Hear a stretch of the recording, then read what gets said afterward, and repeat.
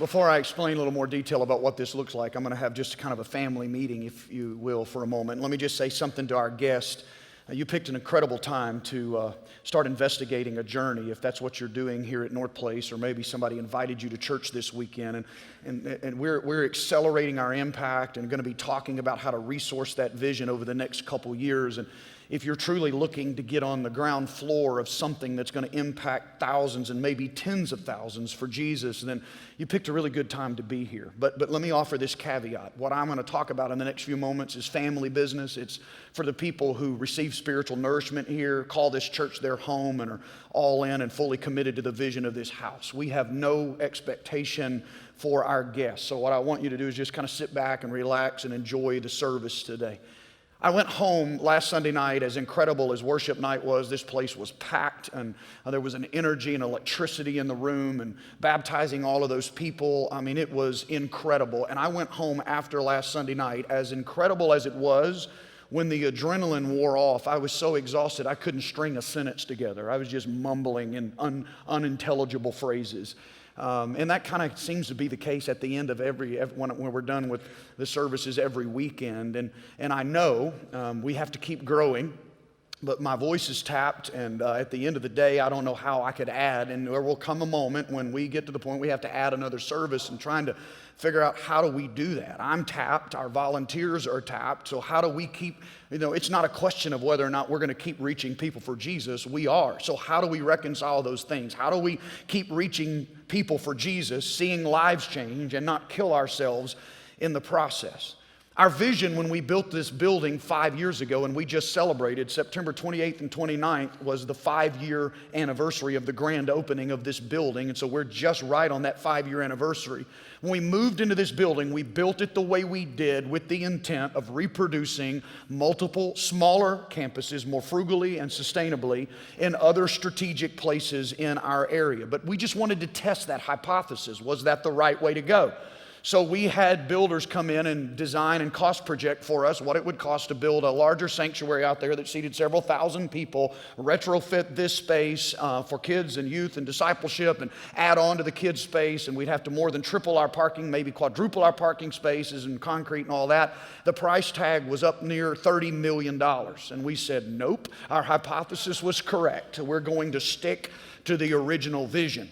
And so even with the original vision of going multi-site, we're going to have to expand our children's facility here. I would dare say the children's facility is near capacity today. When this building is 70-80% full, the children's facility is tapped. Matter of fact, just some time back, there was one Sunday where there were 42 2-year-olds in one service. There has never been a collection of more ornery in one place than there was that day. All right? And so it's not uncommon to have 24 2-year-olds, but 42. I'm just, somebody ought to give a hug and a $5 bill to every North Place Kids volunteer they run into. They're serving the kingdom, investing in your kids, and making a difference. But we have to help them. We have to invest in those 2-year-olds and invest in the people that are serving them adequately. And part of that expansion is going to add that dedicated space for special needs kids. We reach out to them all the time. We just don't have adequate space to serve them when those families choose to seek God here. And we've got to change that, and that whole thing is changing. Matter of fact, last week, the city of Saxe granted the permit for that building to start construction. So you will see dirt stirring on the children's expansion in a matter of 4 to 5 weeks. I mean, we're getting really close to the launch of that expansion. We've been waiting for months on an approval from the state prison board to put a North Place campus in the Hughes unit in Gatesville, Texas. Well, about 3 weeks ago, the state prison board approved our launch. And I've been telling everybody ever since, North Place is going to prison. I mean, that's like, and we're excited about it, all right? We're excited about it.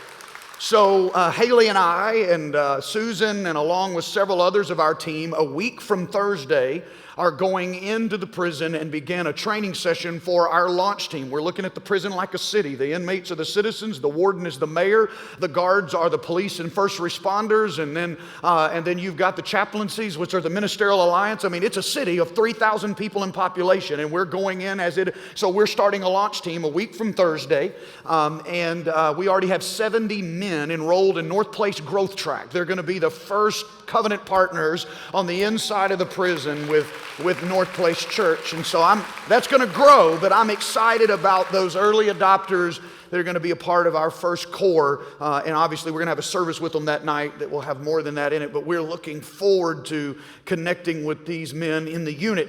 Our outreaches in Garland have been underway for a long time, but we launch our North Place campus in Garland. January 2020 will be the public launch, and we've been serving there for years, but we actually are going back permanently, and we're going to a specific area of Garland because we have a heart for those that are underserved and economically disadvantaged. It's a church that's going to be open to anybody, but we are specifically going after those that are economically disadvantaged. And I have no doubt that God is going to clearly call some of you to go and help serve those people through North Place in Garland. You know that we brought the old Brookshire's building in Wiley just a few months back, and once that campus is actually built out and finished, it will serve as a North Place campus to reach our suburban neighbors on the weekends, but it will be a student center all throughout the week. Hundreds of students, junior high and high school students on some days, and college students. We're going to create new ministries to engage college students on other days, and specifically with Collin College coming in there with 15,000 commuter students in the next few months,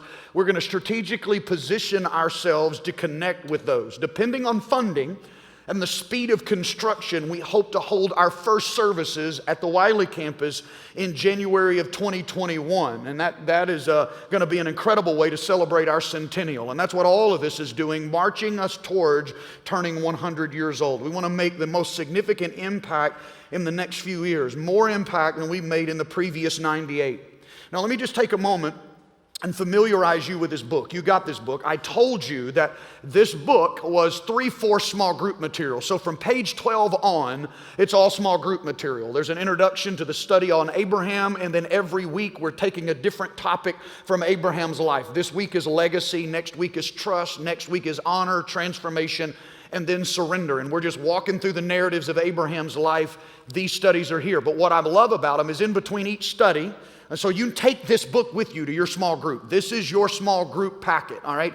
Take this with you to your small group every week. And then you can work, there are questions there, the discussions are there, but every day between each week's group, there are devotions that we're going to wake up and do together as a church. Read a scripture, pray, and respond in our daily devotions, a unified movement walking together for the next 6 weeks. Now, the first 12 pages or the 11 pages have to do with the details of the vision, and I want you to look at page 10 and 11. They don't actually have page numbers on them. Page 9 does, so if you'll find 9 and turn over, it's the page that looks like this, all right? And so I want you to find that because I don't want you to be confused, and I want you to be able to understand why the numbers. At the top of page 10, it says the total capital investment needed to resource the vision is $11 million. And then on the other side, you see $10 million. I want to explain to you why those numbers are different, okay? There's a reason behind that. But first of all, let me say this. The $11 million is a far cry from the $30 million that it was going to cost to build a bigger sanctuary. So we're going to do significantly more for a lot less money. We're going to be strategically located. So that means we're going to launch 3 campuses, build a youth center, expand our children's facility, all for about $20 million less than what we were talking about out here to build this sanctuary. And we've been preparing for this moment as an eldership, not knowing exactly when this was going to happen, but we've been creating what we're calling our war chest and putting the resources in the war chest, just being able to crouch and jump when God gave clarity.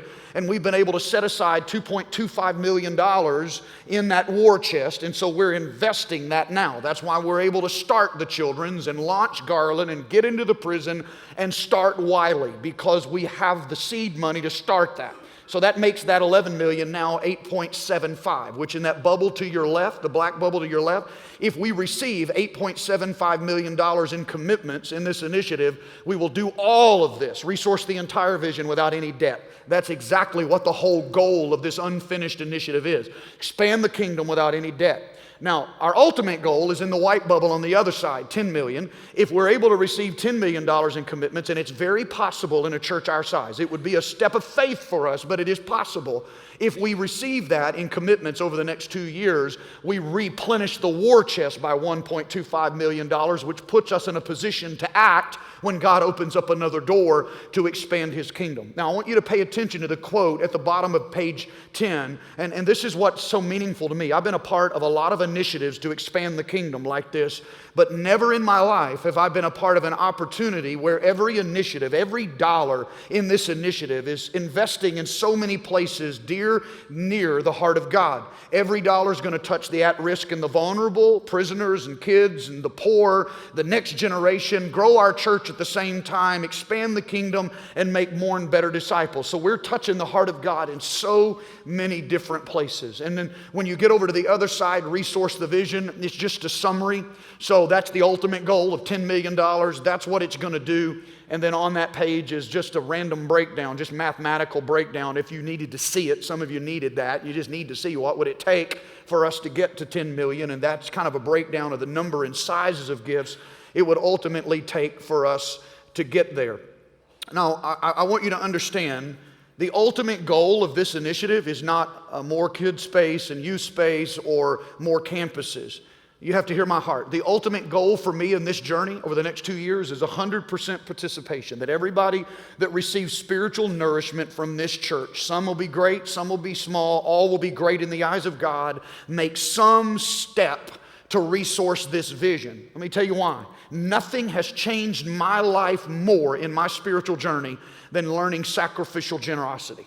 Learning to hear from God, learning to obey God, and then watching God prove Himself to me has been the single most transformative thing in my spiritual journey. I wrote a book about it because I want other people to know and experience God the way I've known and so many others have known and experience God in their life. This kind of thing has been the most influential part of my Christian growth. That's why I can honestly say this. If somebody walked up to me at the end of the services today and said, Pastor, we want our business, we just want to write a check for the whole $10 million and resource this whole thing. I'm going to do 3 things in this order. I'm going to run a lap around the church, and then I'm going to run all the way to the bank and cash the check before they change their mind.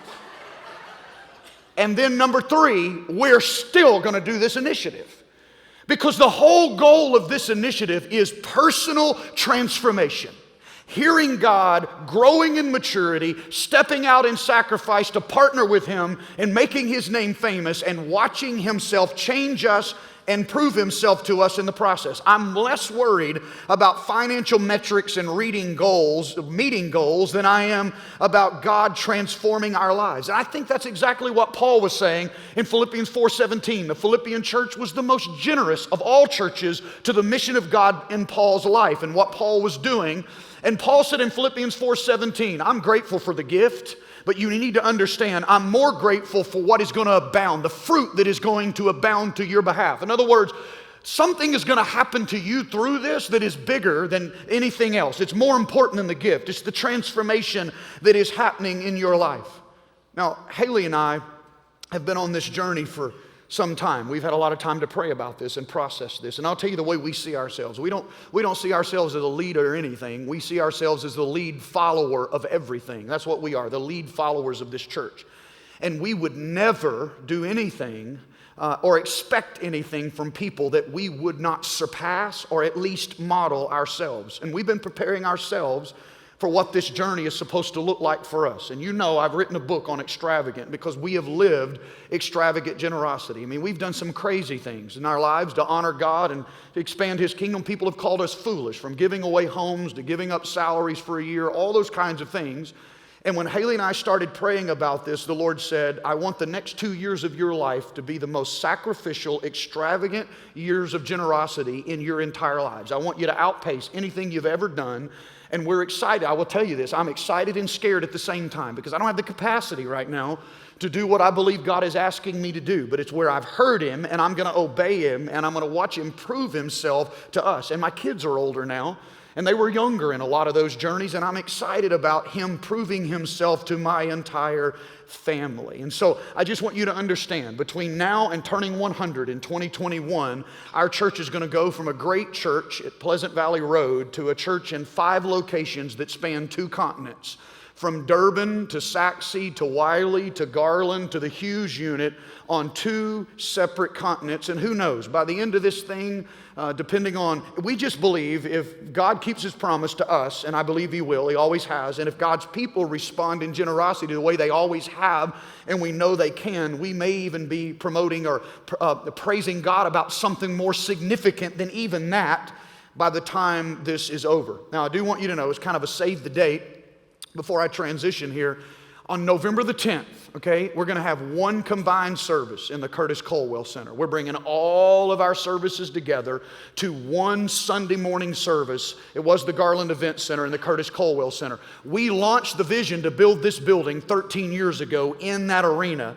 And we only had a few of us sitting in one little corner of that arena, and we're going to take up a lot more space this time, but we're going to go back into that arena to just this nostalgic moment to re-up our commitment to God, re-surrender our hearts, and it's going to be a special moment. Now, we're going to have people here, for those of you that forget, to let you know we're meeting over there, but I really thought it would be an incredible time to just practice for the rapture. Just have a video playing outside, a sign that says, if you missed the rapture, nobody's here, go inside and watch the video. I just know, but I mean, I'm afraid somebody would actually, my orneriness thought about it, but then I thought somebody would actually fall for it. All right, so I didn't want to. We did that to a kid in college, and I'll have to tell you that story. He woke up, we emptied the dorm, turned on the razors and the hair dryers, left them in the sink with the water running. Somebody went outside the door and blew the trumpet, and he was the only room guy. It was incredible. It was incredible.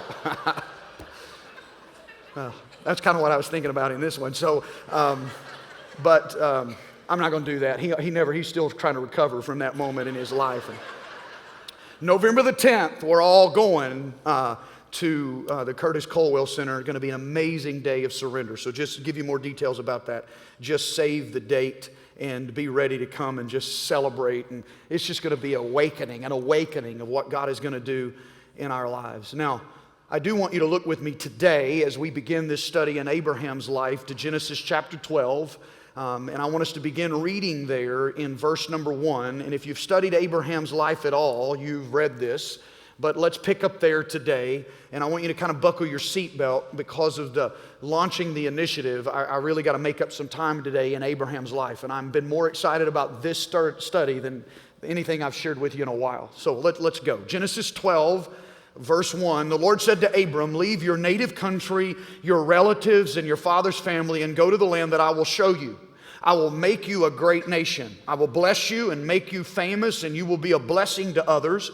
I will bless those who bless you and curse those who treat you with contempt. All the families on the earth will be blessed through you. So Abraham departed as the Lord had instructed, and Lot went with him.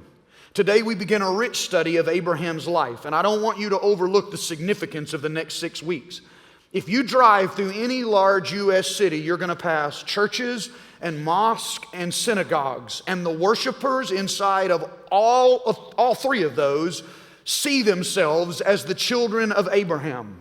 3 of the world's largest religions, the majority of the world's population, look to Abraham as the father of their faith. And just a side note, before we go any further, I don't want you to get confused when you see the word Abram in the Bible here, and I'm saying Abraham, and later on we're going to read Abraham because he does have a name change later on, and we're going to look at the significance of that name change. That'll come into play later, but don't get confused. Abram simply means daddy, and Abraham means big daddy, and we're going to get into that deeper a little later. So there's no way for you to really understand the history of world civilization if you don't understand this man's story. This is more than a history lesson over one of the most significant human beings that ever lived. There is something incredibly attractive about Abraham's life. Abraham was different. Life didn't happen to Abraham. Abraham happened to life. But too often when you study Abraham's life and you see all these big things, and you realize that we're still living 4,000 years later in the residual effect and results of Abraham's walk with faith and walk with God, we will say it's because Abraham was this man of incredible vision. And that is true. Abraham was a man of an incredible vision. But there is something far more significant in Abraham's life that often gets overlooked. We go to vision, but there's something far more significant than vision. Abraham was responding to the call of God. The call of God is what makes your life unique. It's what sets you apart. It marks you for something special. Now, I don't want you to misunderstand what I'm saying, because in our circles, when we say the call of God, someone immediately assumes that we're talking about the call to preach or the call to pastoral ministry or the call to missions. That is not at all what I'm referring to when I speak to the call of God on Abraham's life. This was a call to relationship, a call to deep personal encounter with God, a call to know God and to be known by God. And Abraham's response to that call is what made him bigger than life.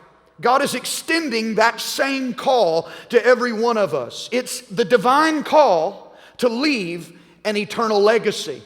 The call of God is what makes you a Christian to start with.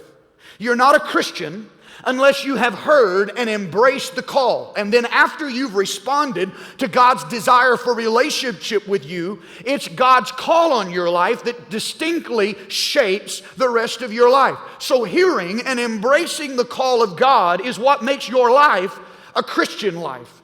When most people start to study life of Abraham, they always start in chapter 12. It's where we start today. But they often forget to set chapter 12 within the context of the first 11 chapters of the Bible. Abraham's call did not come in a void or a vacuum. It came within a very strategic context. God stepped into a strategic moment in human history at the beginning of chapter 12 when He called Abraham. And in order to understand the significance and the power of Abraham's call, you have to understand what went on in the first 11 chapters.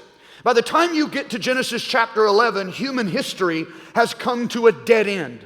The first 11 chapters of the Bible are a story of the human race spiraling out of control, becoming more and more corrupt and evil, violent, oppressed, and broken.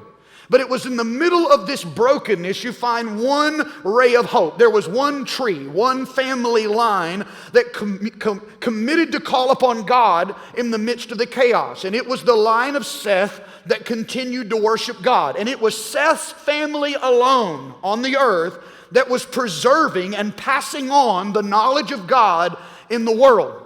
By the time you get to the end of chapter 11 and you start reading about Abraham's father, Terah, you see something disastrous. This is the last family. The family that is supposed to be preserving the knowledge of God has now turned over to idol worship. And without their worship of the one true God, people's awareness of God is going to pass off the face of the earth. And Joshua confirms how spiritually dark it is. Years later, he's looking back on Abraham's day, and he says this in Joshua 24, verse 2. Joshua said to the people, "This is what the Lord, the God of Israel, says. Long ago your ancestors, including Terah, the father of Abraham and Nahor, lived beyond the Euphrates River, and they worshiped other gods." Do you see what's happening? The last little candle just went out. The last little family that knew anything about God has lost their way. The only point of refuge or signage pointing to the true God has started pointing somewhere else. This is incredible spiritual darkness and hopelessness. There's no foreseeable future for God's agenda in the world through the human race. It's over. But then as you turn in your Bibles from chapter 11 to chapter 12, this is where the thunderous voice of God shatters the silence. He speaks life and hope into the void, into the darkness, into the sin, the idolatry, and the hopelessness by calling out to Abraham. And God's gracious pursuit of the human race is still going on. He is calling out to every one of us the exact same way. It's the same gracious yet unmistakable ringing inside every spirit of every person listening to me right now.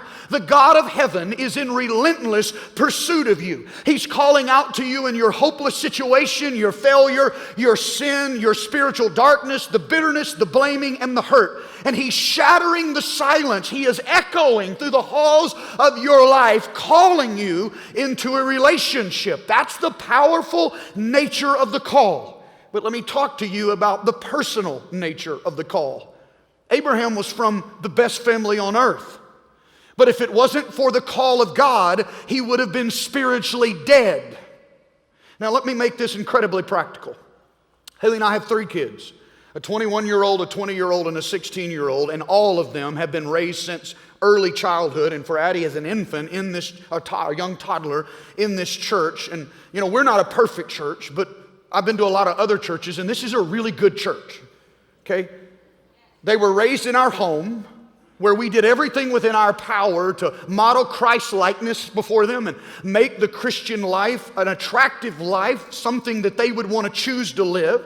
So they were raised in a good church and they were raised in a good home. But listen, unless each one of them hear the call of God personally, unless God's call comes in and disturbs them and convicts them and humbles them, unless they hear and embrace the call of God, they will grow up to be little idolaters just like Abraham.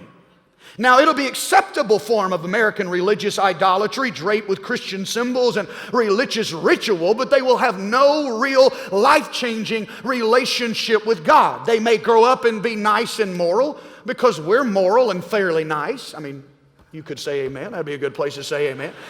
But without personally responding to the call of God, even though they may be nice and moral, they will still be spiritually lost. You see, if you don't surrender to the call, you'll always be giving God just a cordial tip of the hat, but you'll be really living for something else. Your career, your family, your plan, your dreams, you, but the agenda will always be your agenda and not God's agenda.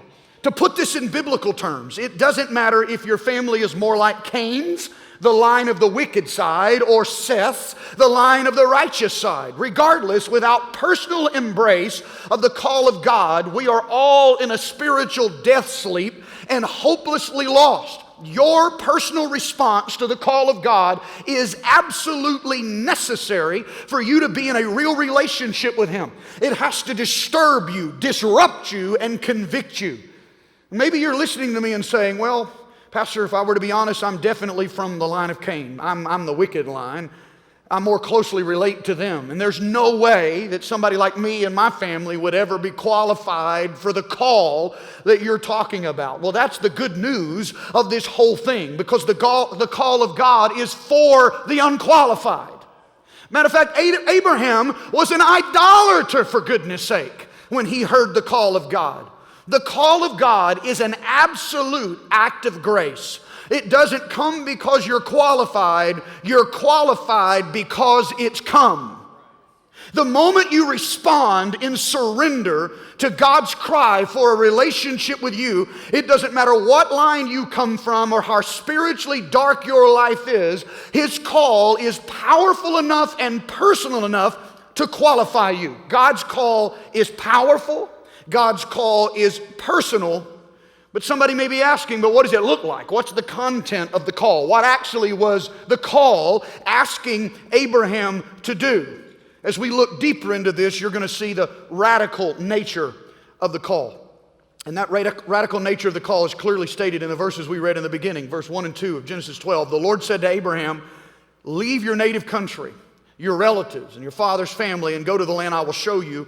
I will make you into a great nation. I will bless you, and you will be a blessing to others. Now, the New Living Translation and a lot of the modern translations say that Abraham was to leave your native country. That's the command, leave your native country. Now, that's a lot more readable than some of the older translations, but the old King James actually states the Hebrew more clearly, because the Hebrew actually uses the same word almost twice. Here's how the King James translates it: get thee out. Okay? The original Hebrew uses two words for emphasis here that would be basically, and we don't read it this way in the English because it doesn't make sense, but it's you get yourself out. That's what the Hebrew says. So get thee out is a little more clear, harder to read, but clearer than leave your country. Because the call is asking more of Abraham than just leaving here. The key to understanding this is at the latter part of chapter 11, verse 31. One day, Terah took his son Abram, his daughter-in-law Sarai, and his grandson Lot, and moved away from Ur the Chaldeans. He was headed for the land of Canaan. But, that's the key word, but they stopped at Haran and settled there. They all set out for Canaan, the whole massive family. But they stopped at Haran and settled. They settled. Why? They didn't want to go any further. They were all headed to Canaan, but they found a safe, comfortable place and settled at Haran. And that's the reason why God doesn't say to Abraham, leave your country. God says to Abraham, you get yourself out. This is what's happening. Abraham's having this conversation with God. He said, you know, God, I've come halfway, and this is as far as Dad and everybody else wants to go. You know, Nahor, my brother, and all the guys, I've been talking about it and trying to convince them to leave here and go, and they like it here. They don't want to go any further. We've settled here. And that's when God says, then come yourself. Get thee out. Get yourself out. And here's what this is showing us. It's not good enough for you to be a part of a good family. It's not good enough for you to be a part of a Christian environment or an ethos. It's not good enough for you to say, well, I come from a family that we've been Christian, we're connected to church, some more tightly seasons and more loosely in other seasons, but we're connected to church in some way. Or I'm Hispanic and I feel at home in a Catholic church, or I'm a rural white Texan and I feel at home in a Southern Baptist church, or I'm an affluent member of a Highland Park community and I feel at home in the Presbyterian church. It's not enough for you to feel at home inside an ethos or an environment. It's not enough. Here's the question. Have you met God yourself? Have you heard and responded to the call? Have you encountered Him yourself? Has He penetrated your soul as an individual? Have you made a personal commitment? Because you can't come in on anybody else's coattails. It has to be your own personal surrender. And it is a radical surrender. And that's why most people don't cross the line, because it feels too radical for them. That's the radical nature of the call. Because following the call of God is a total surrender of your will for His. Look at that. You see the radical nature of that surrender in Genesis chapter 12, verse 1. The Lord said to Abraham, leave your native country, or get thee out of your relatives, your father's family, and go to the land. Listen to this. That I will show you. Do you see that? He doesn't say go toward Mount whatever and turn right and you will arrive at the destination. He doesn't give him a latitude and a longitude. There's no exit number off the interstate. He just tells Abraham, get out, without any clear direction where he's going. So to obey the call, Abraham has to leave everything familiar to him with nothing but a promise. People are drawn to Jesus, and I will often hear them say, and you've heard it too, I'm interested in being a Christian, but does it mean I'm going to have to break up with so-and-so? Will I still be able to live the material life that I live now, or am I going to have to start giving to the poor and all that stuff? Will I have to stop doing some things and start doing other things? When people ask those questions, our temptation, mine has always been to try to answer them, but here's the danger in the questions and the answers. People that are asking those kinds of questions don't understand the radical nature of the call. They're saying, I'll get out and I'll leave on the journey if you'll show me exactly where you're taking me and exactly what this surrender looks like, what the end game is. And if those are your conditions, you're not ready to answer the call. Because you're obviously wanting to stay in control of your own life.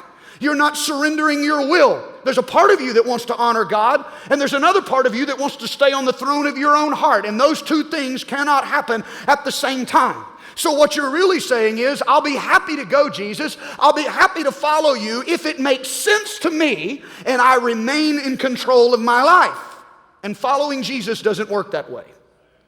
That's why God says to Abraham, get yourself out and I'll show you where you're going later. It's complete surrender of your will and total trust in His. And as we're going to see in the next few weeks, here's the pattern of Abraham's life, and it's the essence of the Christian life. Here's how the call comes to Abraham. Get thee out. Where am I going? I'll show you later. Just go. I'll give you a son. I'm old. How?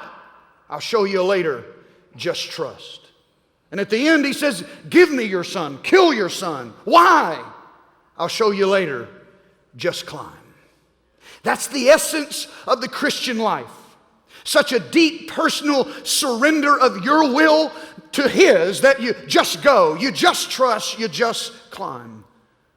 There are two common words that we use that are synonyms in our everyday speech. They're not really synonyms in the technical sense, but we use them.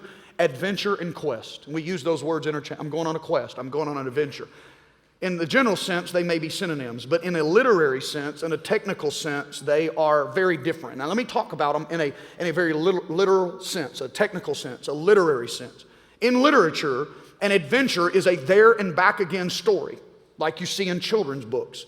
The adventure is exciting. You choose to participate in the venture. You go on the venture, have the thrill, have the experience. Then you come back home and pick up your life where you left off. A quest is very different. The quest comes to you. It chooses you. You don't choose the quest, but you sense a call or a burden for the quest because of what's at stake. And when you accept the responsibility of the quest, you never really come back. You either die in your loyalty to the quest, or you're so changed by the quest that the you that left is not the you that returns back home. So in an essence, you never come back from a quest. Sure, I can refer to the Christian life as an adventure. It's adventurous to follow Jesus in a very general sense, but in a technical sense, using the literary understanding, the Christian life is not a here and back again story that you just choose to participate in to enrich your life and have some fun. You're not on a journey to get an occasional spiritual thrill and then your life just always stays the same. Jesus cannot be the occasional value added to your life and your life be considered a legitimate Christian life.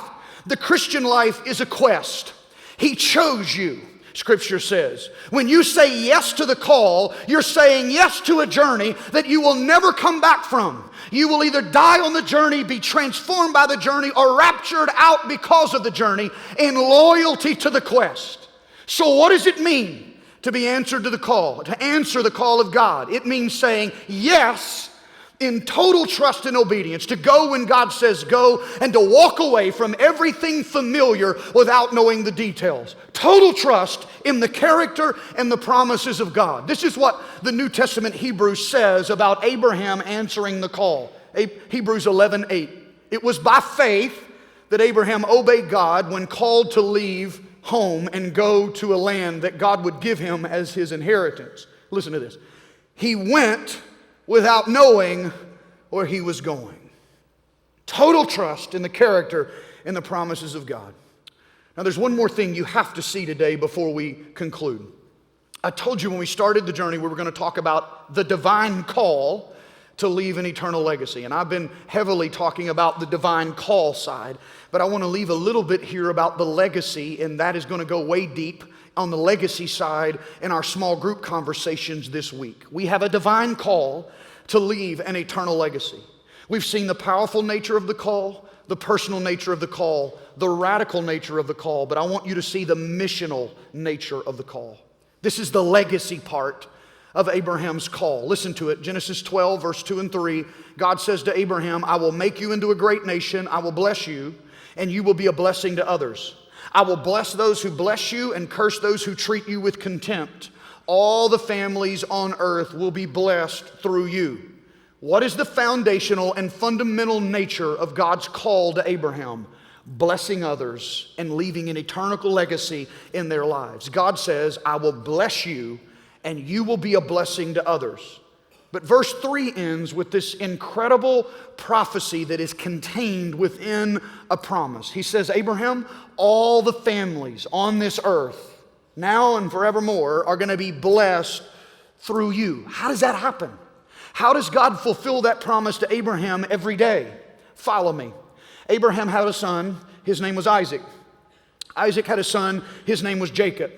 Jacob had an encounter with God so dramatically that God changed his name to Israel, and then Israel had 12 sons that became the 12 tribes of Israel, and one of those sons was named Judah. And the Bible says, out of the tribe of Judah came the Lion of the tribe of Judah that we know as Jesus Christ. And because Jesus comes from Abraham's line, you and I have been eternally impacted by Abraham's story. Thousands of years later, we are the residual effect of Abraham's answer to the call of God. We are a part of Abraham's eternal legacy. And every time somebody gives their heart to Jesus somewhere in the world, it is God keeping his promise to Abraham that all the families of the earth are going to be blessed through him.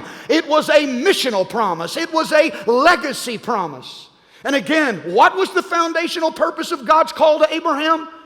Go so that I can bless you, because I want to reach other people through you. I want you to be a blessing to others. And that's what happens. The call of God reshapes you. Once you fully surrender your life to Christ, and I don't mean once you start going to church or once you become a nice little American religious idolater with all the Christian symbols, I mean when you really hear and surrender to the call of God, you stop living your life for your own personal comfort and start living your life for the mission of God in the world, even if it comes at great personal cost to you. It's no longer about what kind of life that I can live that's the most comfortable, or where can I work that's going to protect my comfort, all while advancing my status and influence. Those are not the ultimate goals of someone who has heard the call. If you're fully surrendered, here's what you're asking. God, where can I be? What can I do? Where can I go? What can I give so that my life becomes a blessing to others for your glory? This is the principle of following God from the Old Testament all the way to New. If you seek blessing, you'll end up empty. If you seek to be a blessing, you'll end up full. If you live your life to fill up others, you will be filled. And the motivation of God's blessing to you is that you would bless others. He called and blessed others before you for your sake, so you could be in relationship with Him right now. And He is calling us and blessing us now for their sake, those that have yet to come. Do you realize the church is the only organization on planet Earth that exists for people that are not here yet? There are 50,000 new people projected to move into our community, our 10-mile radius of this church, in the next 3 years, the next 36 months. All of them will spend eternity somewhere. And He's put us here in this moment. Maybe you're asking, Pastor, how do I make my life a blessing? How do I leave an eternal legacy? Just like Abraham did. You hear the call. You get yourself out, even if nobody in the room or the family or in your circle wants to go with you. You get yourself out. He left his family, his country, and everything that was familiar, and he got out of his security zones and his comfort zones. That's what it means to make your life a blessing. This is what I've learned in my own life. I'm most useful to God when I'm in a place that's most uncomfortable to me. And that seems to be the case for a lot of us. If your biggest goal in life is to live a safe life and have it tidy and manageable and comfortable, you're not going to be of use to anybody but yourself. And that's why the nature of the call of God is a call of total surrender and reckless abandon. And if you're willing to leave your control and your comfort behind, He makes you a promise. He says, I will bless you so that I can use you to cover the earth with my glory. You will be a part of fulfilling the missionary promise that I made to Abraham. Through you, all the families of the earth are going to be blessed. That means they're going to be people from every tribe and nation that come to Jesus Christ. It is the missional nature of the call. Now, the whole time, last several months, I've been preparing for this study. I can't get that song I sang as a kid out of my head. Father Abraham had many sons. You remember that? We marched, Father Abraham. It was the never-ending song. It never, right arm, right foot. You know, that whole song. And I've been singing it, and I was singing it one day and going through it in my head, and I never really thought that the very words of that little children's song reveal the missional nature of the call of God. Listen to the words. Father Abraham had many sons had Father Abraham. I am one of them, and so are you. I am one of them now, 4,000 years after Abraham, and so are you. So let's all praise the Lord. All the families of the earth are going to be blessed through you. The call came. Abraham obeyed. God made a promise. God is keeping his promise to Abraham because I am one of them, and so are you. And every time somebody comes to Jesus, the remnants of God keeping His promise are still being felt throughout the earth. Now, God is going to ask us to do some radical things in our life to fulfill His mission in the world. Sometimes it's going to the other ends of the earth, and sometimes it's walking in obedience here to leave an eternal legacy so that lives will be transformed by His glory simply because you said yes to the call of God. We all, every one of us, has a divine call to leave an eternal legacy. And I'm going to talk about legacy in the small groups. But I make this statement on the video, but I just want to make it an open challenge here today, all right? Because I think it's going to be incredible. Here's what I want you to do. Every one of you hosts, listen to this. If you will get a video of your small group singing, Father Abraham had many sons. I mean it. I get a video of it. Now, don't do right arm, left arm, right. We don't have that much megabyte, all right? You can't post a video that big. But get a clip of the whole group doing the motions. Hashtag it unfinished. I can't wait till some of the senior adult groups do this. This is going to be exciting. But I want to see it. Hashtag it on social media. And if you don't know how, ask one of your grandkids to show you how to hashtag it. Unfinished, and post it. We're going to collect all of those at the end of the week, put them in a bucket, and I'm going to pull one of them out, and I'm going to go to that group. Haley and I are going to do our best to show up at that group together, and then I'm going to teach the session without video. So we'll just do it live in that session. And somebody said, well, Pastor, what if they're watching online from Colorado? Well, that one's going to be a little hard, all right? So I'm going to have to narrow it down to one of the local groups. But we're going to put all of those in. So put it on social media, hashtag it unfinished. Hashtag unfinished. We're going to collect all those, put them in a bucket. I'm going to draw the group out, and then we'll show up there sometime in the next 6 weeks in your group and participate in some way in your group. I want you to stand with me, if you will, all over this place today. And I felt like it was really important for me today just to pause, because there are people here that have found a security in the environment and the ethos and the morality of their family that have never met Him for themselves. And I want you to hear the call. I want the Spirit of God to disturb you to the point you personally encounter God. I'm always concerned when I meet people publicly and I start talking to them about their relationship with God, and the first thing they tell me is, yes, I'm Catholic, or yes, I'm Baptist, or yes, I'm this. Well, that doesn't really matter. You can say, yes, I'm a member of North Place, and at the end game, that doesn't matter if you haven't met Him personally. I don't care if you're 80 or 8 and you're listening to me today and you have never said, Jesus, I want you and I want you to be mine. Then let this moment be a moment of surrender where you respond. He's calling every one of us. He's willing that none should perish, but that all should come to everlasting life. And if you will still yourself long enough, silence the competing voices in your life and listen to Him, you will sense the God of heaven calling you into relationship. And all you have to do is respond. He came to you, and all you have to do is respond to Him. Jesus, I give you my life. I'm going to ask the prayer team if they would to come today to prepare to serve you, because if you're in that place where you're ready to surrender, you can do it right where you are. You don't have to do anything else. The Bible says if you confess with your mouth that He is Lord and you believe in your heart that God raised Him from the dead, you shall be saved. Whoever calls on the name of the Lord. You can do it right where you are. But there is no greater honor for us than to pray with you in your search for deeper understanding of who God is. Give us that privilege if you want to meet Him today.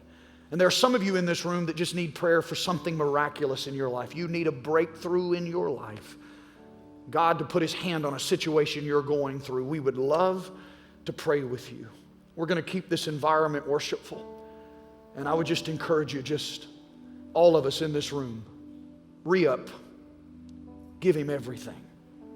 Father, as we've sang so many years, that old song, I surrender it all to you. And we need to come back at points in our life and re-surrender. Come back again and say, Lord, I don't want to be like Terah and divert into idol worship because it's just comfortable in Haran. I want to hear your voice and respond to your call and be unique and different and learn how to live that big, eternity impacting life that Abraham lived. Today, will you transform us and help men and women in this room hear the call of God for themselves. Respond and embrace your passionate pursuit of their life and surrender. Would you break in and change us today? Lord, bless them and keep them. Make your light, your grace shine down upon them, Lord. Turn your countenance their direction and give them peace, I pray. In Jesus' name, amen. God bless you. These altars are open.